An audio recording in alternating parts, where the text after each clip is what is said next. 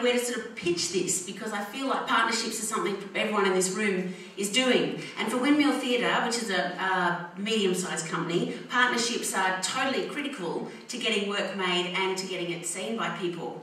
And I found it really interesting in yesterday's forum about innovation, where Kath from Positive Solutions was talking about her perceived need for us all to become more entrepreneurial, and because from what I see, the entrepreneurial mindset is pretty ingrained in the culture of most companies and artists that I know. And I actually sounded it out with Jennifer Barry, and she went, "Yeah, if we were any more entrepreneurial, we'd be Richard Branson."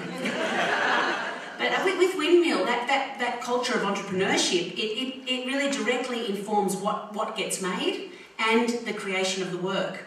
Now, like most artists, I'm pretty obsessive about getting projects happening, and when I'm thinking about our program and about projects, I'm really immediately starting to think about who can we talk to about this, where might it fit, who might the partners be. And the process of, over time, that process of pitching it to partners and to funders, to presenters, festivals, etc., they all become part of how I think about what I'm doing, and about articulating the potential value of the work, if you like, and also, it's a great process for finding out where the hooks lie in the work you want to make. Sometimes, of course, it's about convincing people that you've got something that they want, in the hope that they're going to give you some of what they've got.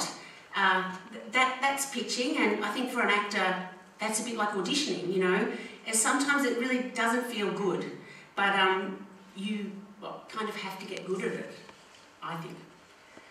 When I think about the spectrum of partnerships across our work, in the main they really emerge from ongoing dialogues, which is great because they are the synergy between artists, presenters, communities, companies, corporates, audiences, and to that degree they are the space in which the project exists. These kind of projects are pretty transparent in terms of the transaction and how it functions. And my main experience is that is really productive and really positive. But it does throw up issues about the artist's capacity to be self-determining. That's a challenge that has to be navigated.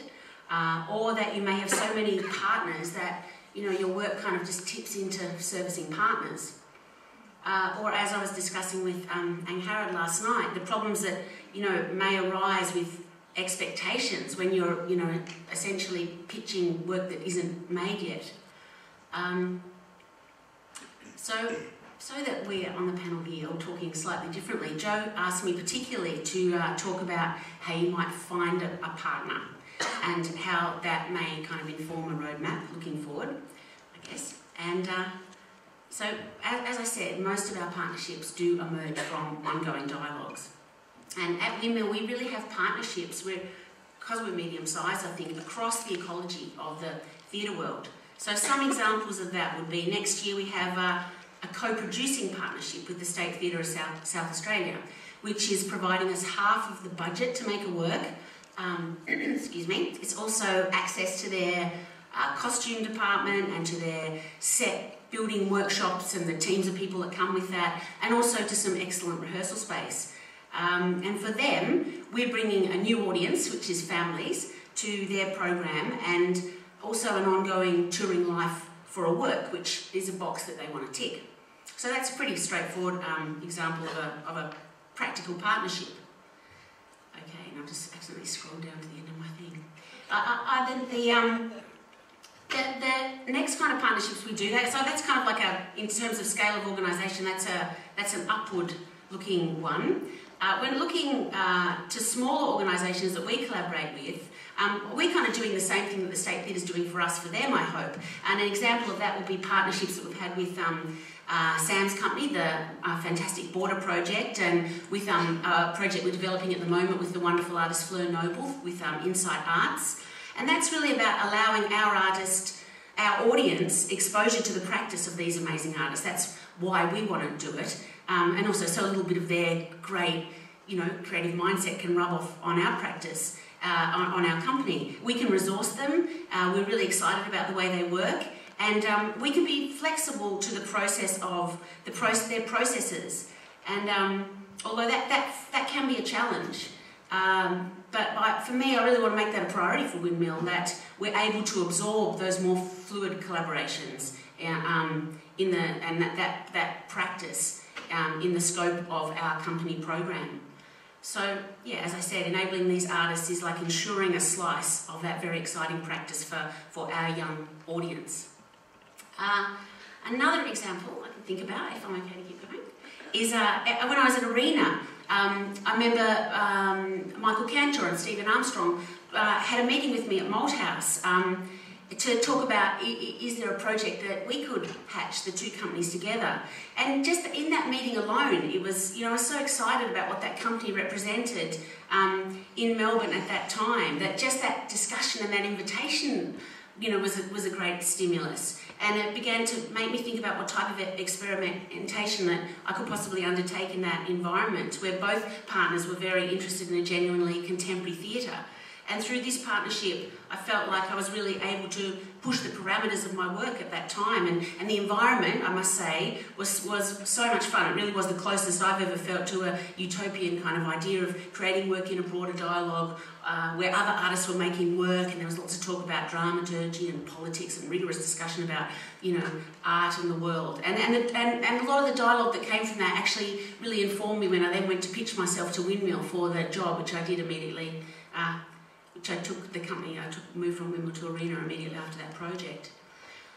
Another thing that I quickly just really wanted to touch on was sometimes responding to, and when a partner comes to you and it's something you never may have thought about. And a few years ago, the Paediatric Adolescent Support Group in Geelong came to me and said, they just rang me on the phone and said, we've heard all about you and we want to make a theatre show with you. And I said, oh, that's interesting, and what have you got? They said they had $7,000, and I was, pretty well going to kind of fold them off, basically, and because we were pretty programmed, and but I said, look, I'll meet with you and talk to you, maybe I can help you think about how you could do it. And within that transaction of meeting them, when I met these kids who had this, phenomenal perspective of forging a young life in this environment of death, because many of them had kind of lived in hospital a large part of their life, that I just felt they had such amazing stories to tell, and that I really bought into it at that point and went, how can,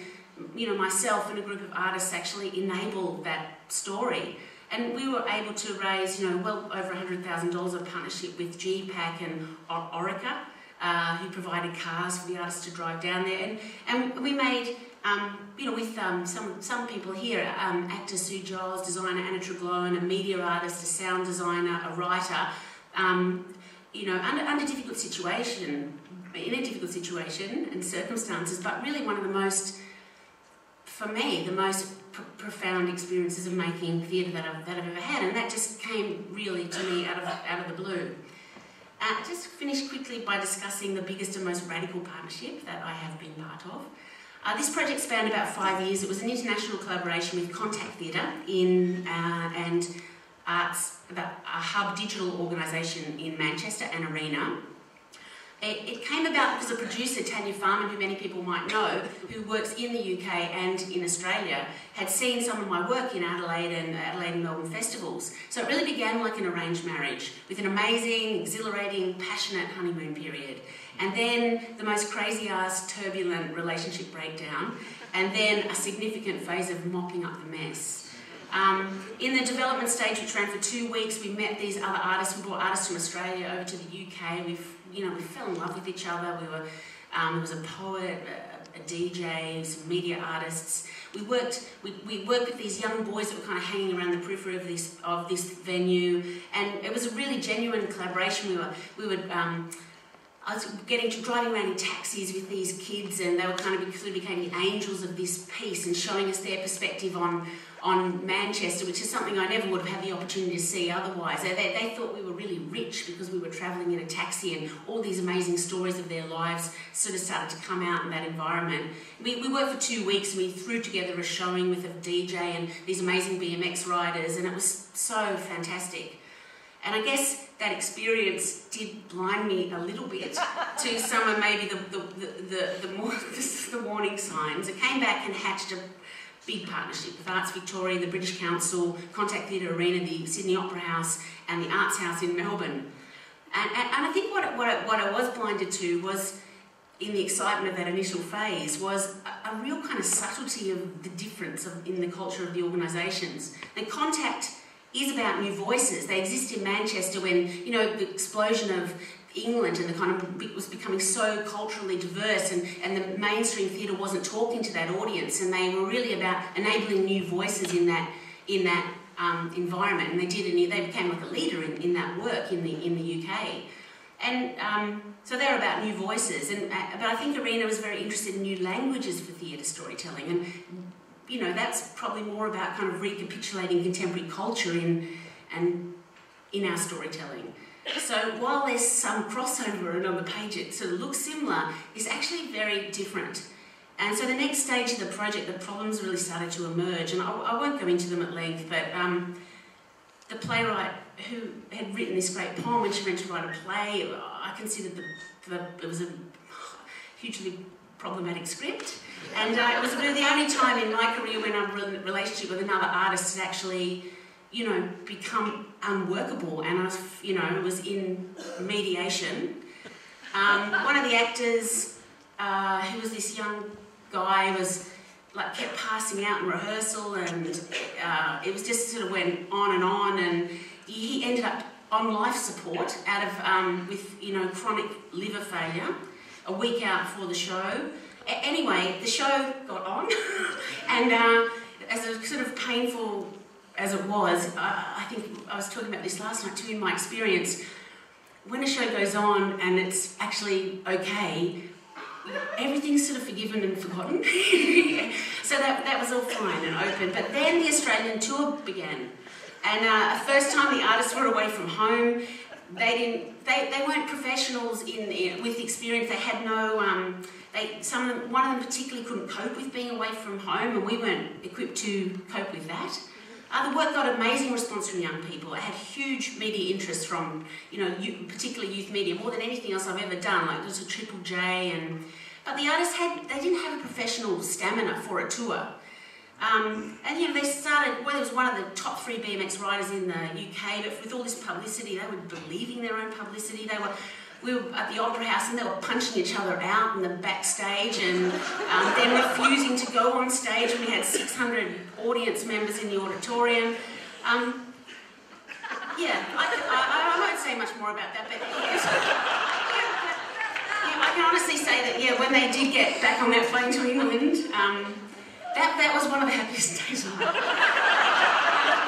Yeah, anyway, look, when I basically analysed all these experiences and hoping that they're somehow useful to this conversation, it did really show me that, you know, that partnerships are a dialogue, and dialogue in the creation of theatre is fundamental, and that's as exhilarating or as problematic as it may be.